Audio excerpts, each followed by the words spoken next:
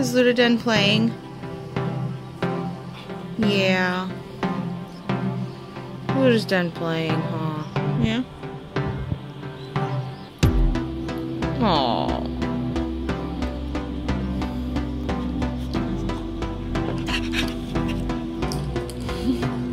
Bone's all yours, though.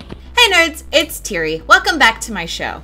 Topics of today include mostly World of Warcraft, little bit of Hearthstone, little bit of Diablo. For World of Warcraft, a tip to help you out if you're having trouble making gold, April holiday and event reminders, B-modes, a new way to interact with your guildmates during raid, a fun new way to spice up the lives of your followers in your Garrison, and World of Warcraft's Blizzcon in-game event. For Hearthstone, Blizzard prepares Hearthstone for Blackrock Mountain. And for Diablo 3, a new feature added to the game that we recently saw, and wow, what was it? You'll just have to watch the video to find out. Or read on the internet, but who wants to do that? If you're having trouble making gold in World of Warcraft right now, I know a lot of people have complained that the garrisons cost them more gold than they made them. Look for the treasure hunter trait for your followers because it is a big deal if you play it right. You can double, triple, quadruple the amount of gold you get from missions if you have followers with the treasure hunter trait. It basically takes the amount of gold and it seems to just add that amount of gold for each follower you have with that trait. So if you have a mission that gets you 500 gold and you have a follower with the treasure hunter trait, you should be getting 1,000 gold if they succeed on the mission. The trick is playing the treasure hunter followers and succeeding on the missions. For most people, this could be a pretty fun challenge. To get followers with this trait, there are many ways. You can either use the reroll a follower thing that you can get from some of the missions. You can buy the reroll training guide from the guy outside of your garrison hall. You can request this trait in followers if you have the in and you talk to the recruiter, or Harrison Jones comes with it automatically, so check the Wowhead follower guide to find out how to get him. There's also a guide in the description that goes over what I just talked about. Blizzard has decided, based on our feedback,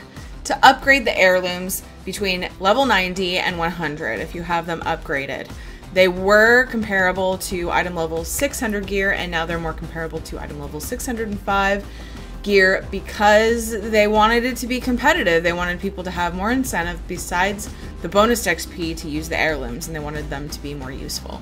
This month, there are quite a few different events going on. One of them is Noblegarden, going from April 6th to April 13th. There are a few important things you can get from this, but most of them have been the same. I'm just going to link you to the Noblegarden guide. I will mention that you can get the Spring Rabbit Battle Pet and also the Swift Spring Strider mount. And mages can get the rabbit polymorph, which is awesome. There are many achievements and quests you can do, looking for chocolates, turning into a bunny, all the good stuff, outside of your main city in the starting area town.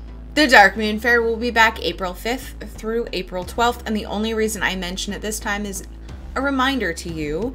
It is another way to get the armor casings to upgrade your heirlooms, and now they've added the Darkmoon Carousel music roll for 90 Darkmoon Faire tickets.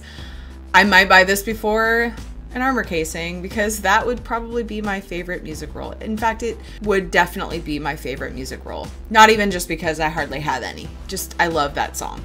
Don't forget the new race toys you can get as well for racing in the Darkmoon Faire, and you can get vanilla gear for transmog. Check the link in the description if you haven't been keeping up, and make sure you're ready for Darkmoon Faire because there's a lot of stuff now. Children's Week will be happening May 27th through April 4th. If you are collecting pets, you can do this quest line for Egbert, Sleeping Willy, or Peanut. If you happen to be working on Blackhand and Blackrock Foundry on Mythic mode, you may want to check patch notes for 6.1.2 hotfixes because they've nerfed Blackhand a little bit, and you may want to know how. So it's April 1st, and Blizzard wants us to believe that we have these awesome new features coming. A lot of people have commented excitedly about these. Nobody said April Fools. But they've got to be April Fool's jokes. They have to be. They absolutely have to be. The two that I feel are April Fool's jokes are the following: B-motes and T.I.N.D.R boxes. We'll see if I'm right. And I'm not going to apologize for saying the idea seems silly to Blizzard if they actually are coming out with that because they're silly. But here they are. Bemotes is an add-on type thing. A new way to socialize for super nerds that have social anxiety, I guess. Depending on what packs you've downloaded, there's like packs for Hearthstone and Heroes of the Storm and whatever with different character sayings in it. And you can use that instead of actually talking in Raid. Their slogan for it is, yeah, how am I supposed to be socially acceptable and witty and keep up with everyone else in chat when I'm focusing on my DPS? AKA I'm socially challenged. Whatever. Blizzard's also announced a new Garrison feature, T.I.N.D.R boxes. It's a system to find love for your followers. Why? How? Similar to the selfie cam, you'll get a mission that rewards you with a T.I.N.D.R box. That's what I'm going to call it because it's a lot easier than saying the abbreviation. You then use that box on a follower and they begin roaming the garrison looking for love. Your pleasure bot will be in charge of keeping track of what is going on and alerting you as soon as one of your followers has found a match. If you don't get back to your garrison to oversee your followers' rendezvous for love, it's more likely to fail, it seems. So, yeah, you get a selfie of your follower with their not so love if they fail. So that's cool. I could be way off base with the April Fool's jokes, but I just feel like they're the silliest things on the internet right now. And the World of Warcraft PTR right now, they are testing out a Blizzcon in-game party. If you log onto the PTR, you should get a special Blizzcon party invitation in your mailbox. Outside your garrison, you will find Murky the Murloc, and when you talk to him, you get him as a follower. He starts out epic and level 100. If you /dance with Murky, he will dance back in a puff of blue smoke, and if you /cheer, he will give you the Path of BlizzCon, which expresses your excitement for BlizzCon. It basically leaves blue flames behind you. Also in the PTR, if you look in the toy box data, you can see that there are 3 other Murloc toys added to the game just for in-game BlizzCon party, and they only work during the in-game BlizzCon party.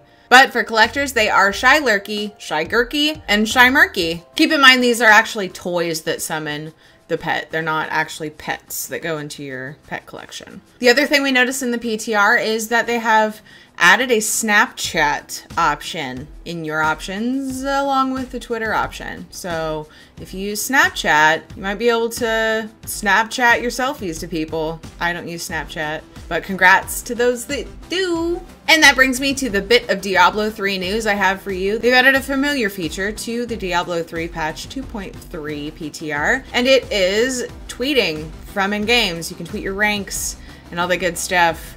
I know a particular someone who already does that and, you know, goes to the effort of screenshotting and all of that and doing it manually, so this is probably going to make that a little bit more frequent. Yep, we're gonna know all of the things that you're doing.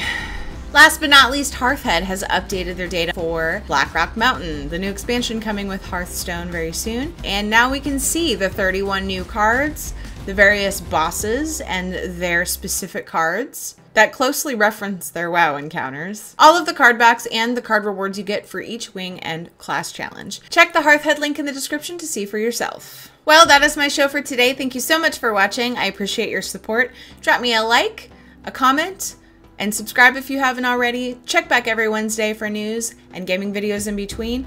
I live stream every Friday around 7:40 p.m. Pacific time, World of Warcraft, and on Monday I live stream Final Fantasy XIV around 1 or 1:30 usually is when I start that stream. So check my Twitter if you want updates on that. Otherwise, just show up and have some fun with us. And those times are Pacific time. I don't know if I said that. Anyway, until next time, I hope you have a great rest of your day, and I will talk to you soon. Okay? I love you all. Bye!